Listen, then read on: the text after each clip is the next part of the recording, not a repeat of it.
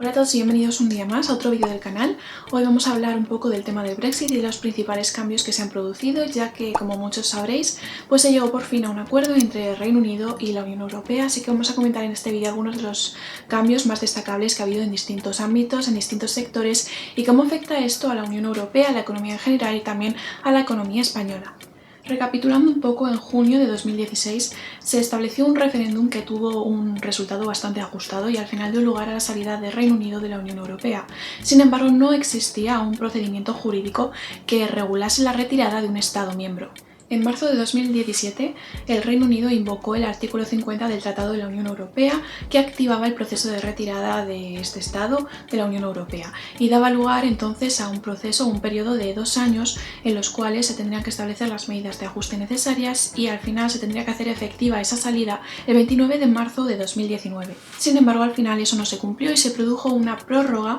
hasta el 12 de abril de 2019, que después se volvió a prorrogar hasta el 31 de octubre de 2019 y finalmente hasta el 31 de enero de 2020, cuando al final se hizo efectiva esa salida del Reino Unido de la Unión Europea. Y como ya comentamos en un vídeo previo, se establecía para el 2020 un periodo transitorio en el que todo permanecería igual y el Reino Unido permanecería también en este mercado europeo y además no habría cambios ni para empresas ni para ciudadanos. Además, en ese periodo transitorio se esperaba que ambas partes se pusiesen de acuerdo para establecer un poco y regular cómo iba a ser su situación o su relación a partir del 2021. Pero finalmente se llegó al Acuerdo de Cooperación y Comercio de Reino Unido y la Unión Europea, sentando por tanto las bases de la relación que habría entre ambas partes a partir del 2021. Por tanto, a partir de ese 2021 se observarán distintos cambios y modificaciones en las relaciones de ambas partes y también distintos cambios en los sectores. Por ejemplo, por un lado tenemos el sector servicios, que resulta un sector fundamental para España, pero también para la Unión Europea y también para Reino Unido, ya que supone cerca de un 80% del PIB británico.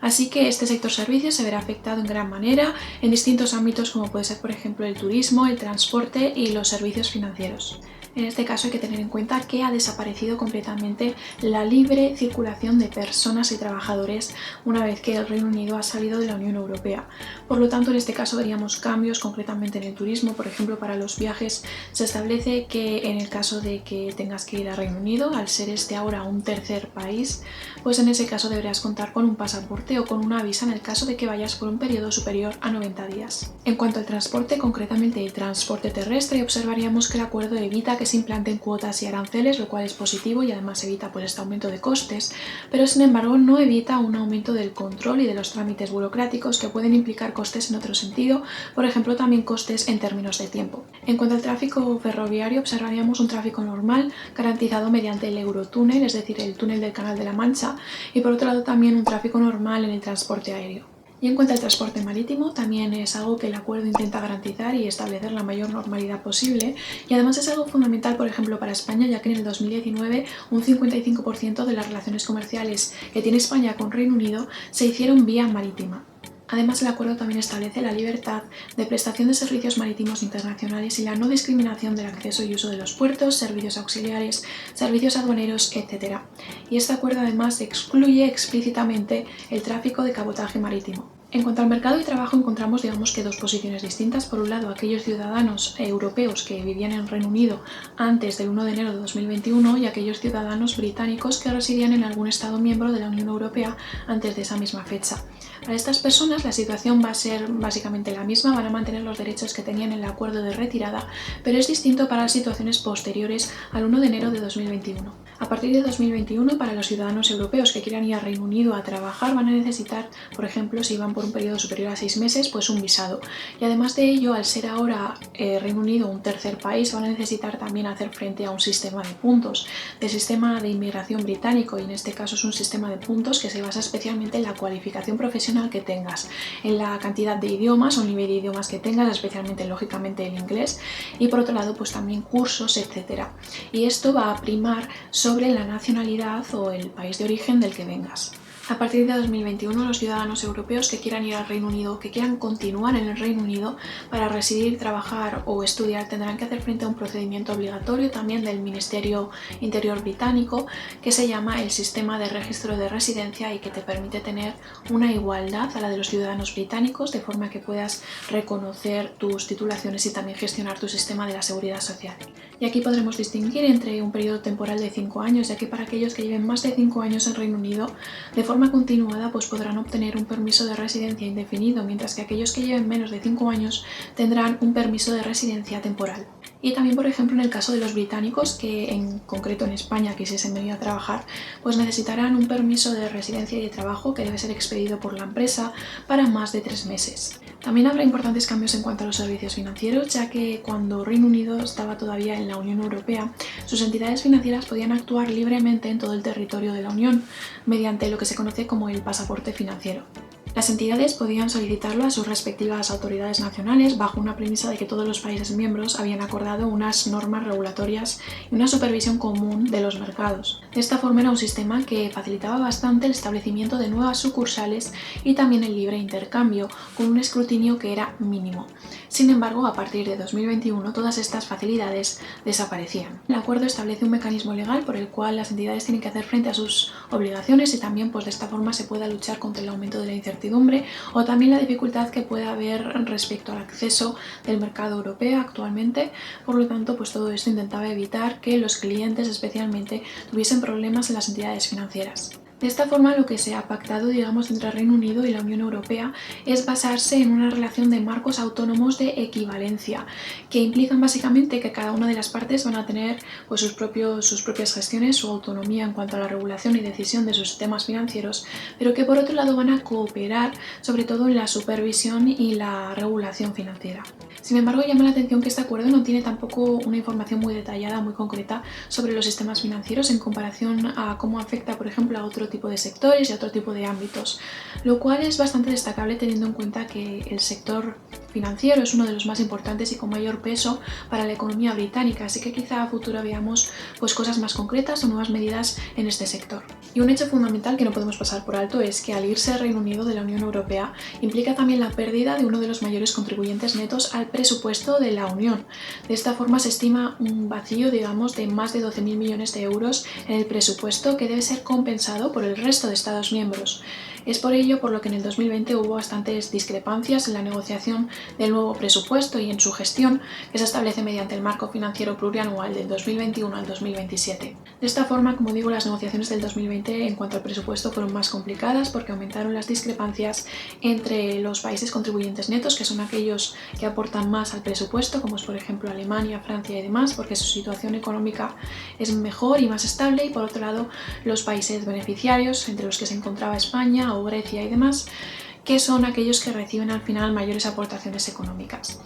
Finalmente tendremos pues, un acuerdo entre estos dos bloques de países en el que se comprometieron pues, a aumentar las aportaciones a cambio de aumentar los cheques de descuento a los países contribuyentes netos. En cuanto a los servicios financieros, también podemos destacar cómo afecta esto al Banco Central Europeo, ya que, por ejemplo, en 2019 este Banco Central Europeo y el Banco de Inglaterra hicieron un acuerdo de swaps de divisas que consiste básicamente en que el Banco de Inglaterra se compromete a ofrecer a sus entidades de crédito euros en el caso de que las necesiten, y por otro lado el Eurosistema ofrecerá también a sus entidades de crédito libras esterlinas en el caso de que también sea necesario. Y al igual que hemos observado ese vacío en el presupuesto de la Unión tras irse Reino Unido, pues también habría otro vacío en el capital suscrito del Banco Central Europeo, pero que en este caso se mantendrá sin variación en 10.800 millones de euros tras la retirada de Inglaterra del sistema europeo de bancos centrales, ya que ese vacío que quede va a ser compensado por el resto de bancos centrales de los distintos Estados miembros. Además, para garantizar la estabilidad financiera, también la Dirección General del Tesoro